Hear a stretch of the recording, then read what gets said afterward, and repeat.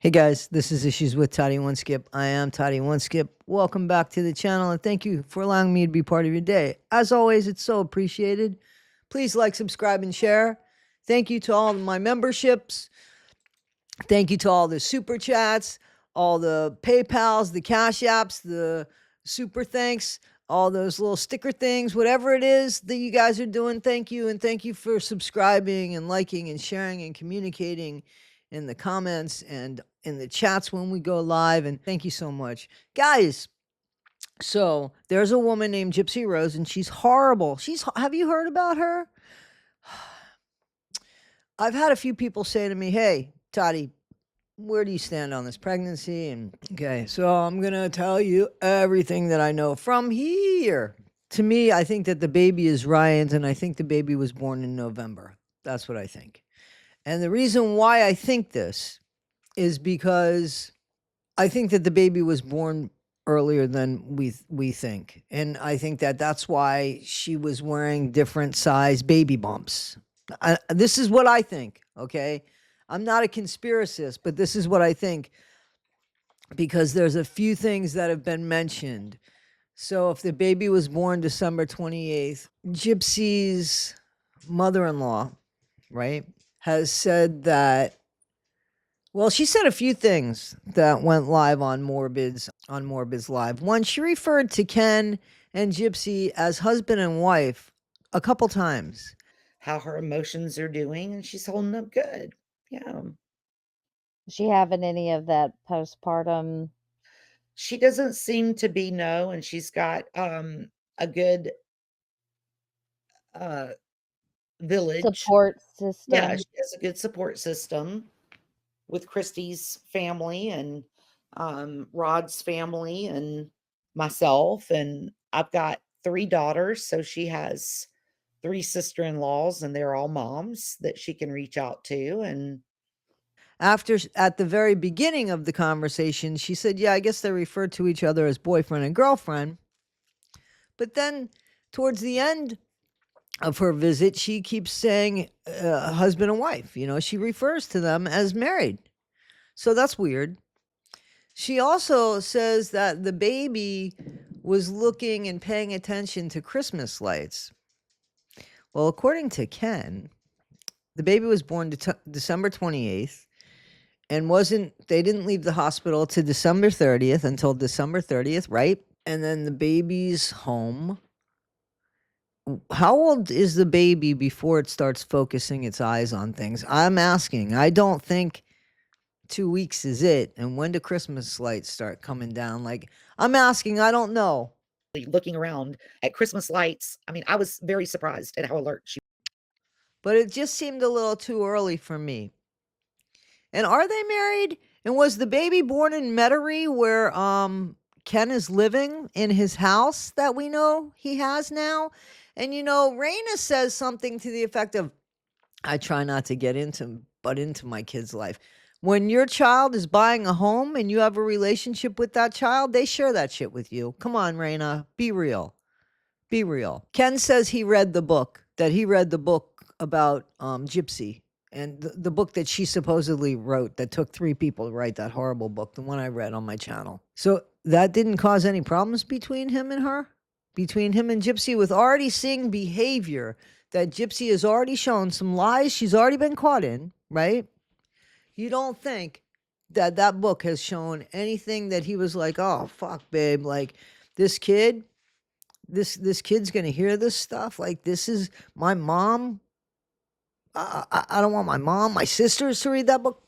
You don't think that that caused any problems. And Ken keeps going back to all that stuff comes from her abuse. He doesn't want to admit that he has fallen in love with somebody who, for no real reason, has got all this darkness and crap inside of her. Now, I mentioned something about the baby. I think it's Ryan's baby. And I know I flip-flopped saying, you know, maybe they didn't even consummate their marriage. Gypsy's too kinky. Yes, she did. I totally think she did. And even if she wasn't attracted to Ryan, I'm sorry. I'm sorry, I don't mean it like that, but it's been asked. Well, she probably just started sleeping with Ken and didn't even sleep with Ryan. I don't think attraction has anything to do with it when it comes to Gypsy. She's into kink, man. She is into kink. She's been into it. We've already talked about her sexual hyperness, so, or hypersensitivity to it. So if the baby was born a month before, which I think it was, then definitely it can be Ryan's. I still think it could be Ryan's, even if it was born on the 28th, but I don't think it was, because Gypsy had the hacker thing on the 28th, and Gypsy also, looked like she had already delivered at the book signing. You know what else is peculiar? You know when Gypsy said, you know that white dress that I was wearing with when we were showing it, the baby wasn't conceived, she says, until Jazz Fest weekend. Yet they were already showing pictures and acting like she was pregnant, according to her, right? Because the pictures in the white dress, which I guess they were talking about, and I'm like, that can't be that, because how would they assume she was pregnant already? How would they have known she was pregnant already if the baby was conceived when she says it was conceived? There's too many, and then people want to say, huh? So I think Ryan's the dad, but I think she's got something held over his head that will destroy him either to his family, or destroy him publicly or financially, or ruin his reputation forever and ever and ever.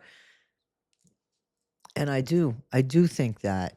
So that's where I stand on all of this as far as whose baby it is. I don't think that he's going to fight for a baby. Yeah, especially if she's threatening to ruin him. And that's speculation, but that's what I think. So as far as Ken and Raina go, they were right on that panel, Raina. You need to read a book that is something that your daughter-in-law wants to show to your grandchild.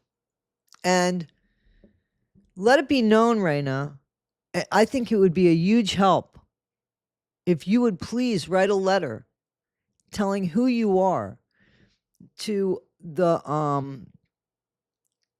Justice for Nick. Check it out. It's on my link. And if you want, you could send me the email at toddy1skip@gmail.com. I will mail it out for you, Raina. I will mail it out for you. And I will just tell people I got a letter, and I'm mailing it out for Raina. And I won't read the letter. I won't read the letter publicly. I won't read it publicly, but I will read the letter before I put it in a closed envelope. I'm telling you that now, but I won't read it publicly regardless of anything. Please do that. Please do that for Nick. I think that would make such a difference in his sentencing and in his reconsideration.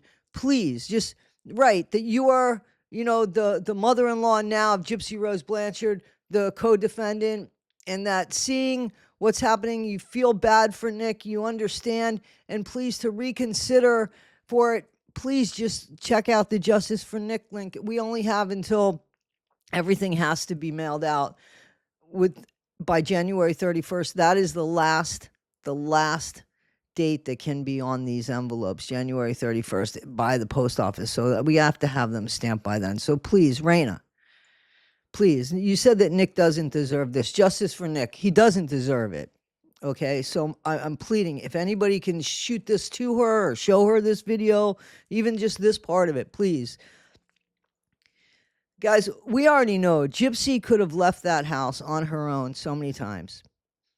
She could have. She already tried, and there were people say, she wanted to unalive her mom and keep the house. I can't imagine that she would want to stay in the constraints of the wheelchair.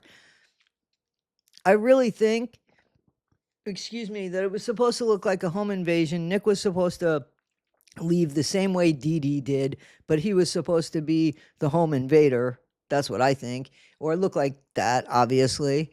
And she was just going to take off, and they would never find her, but they'd give up because they think without her medicine and everything, she would have died anyway, and she would have been forgotten about. In the meantime, if they were looking, they'd be looking for somebody in a wheelchair who had shaved head, but Gypsy could have been standing up anywhere in front of anybody and they wouldn't have been looking at her or for her, that person at all. So, guys, I'm not crazy as far as my theory goes, simply because she planned everything except her way out with Nick. She never bought herself a bus ticket to escape. Supposedly, there's things that come out now that there's a glove that was thrown in the garbage and one that was accidentally from Nick left inside the house that he didn't know anything about. There's that Barney doll. Guys, do you remember the Barney doll? Remember when the woman who was interrogating Nick kept mentioning the Barney doll? Do you remember the Barney doll? And the woman who was the cop that was interrogating Nick kept mentioning the Barney doll. Do you remember that? Yeah? Do you remember that? Now, and listen, I really didn't know this, that the Barney doll was left by Dee Dee. Okay. Do you remember when Nick, when the woman interrogator was, or, detective was asking Nick about if he had any kind of ex with Dee Dee or anything like that? Well, now something's come out that something happened there. It didn't have anything to do with Nick. Guys, just make it make sense. Just make it make sense. Just look at it. Don't listen to anything. Just look at the facts. Look at the facts, the stuff that's in black and white, the stuff that the lawyers have. Listen to Gypsy tell the same story, but several different ways of the same story, not being able to tell the same account twice the same way. That's who she is. Guys, this is Issues with Toddy One Skip. This is just a recap, but just to let you guys know where I stand on this baby. And I think that Ken realizes she might have something on Ken too. I don't know. And I'm not convinced that her and Ken are together. I'm really not convinced of that. And Ken was very hateful, by the way, to Pink Pony, who he kept insisting was there to cause a riot. It is clear to me that he too would eat shit by Gypsy Rose and tell everybody it tasted like cotton candy. Raina, save your son. Like, really, save your son. Hopefully he's just... All right, guys. Be better today than you were yesterday. Not half as good as you'll be tomorrow. Thanks, guys.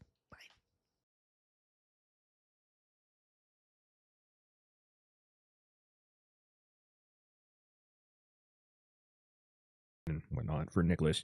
You could write Nicholas Godejohn's attorney.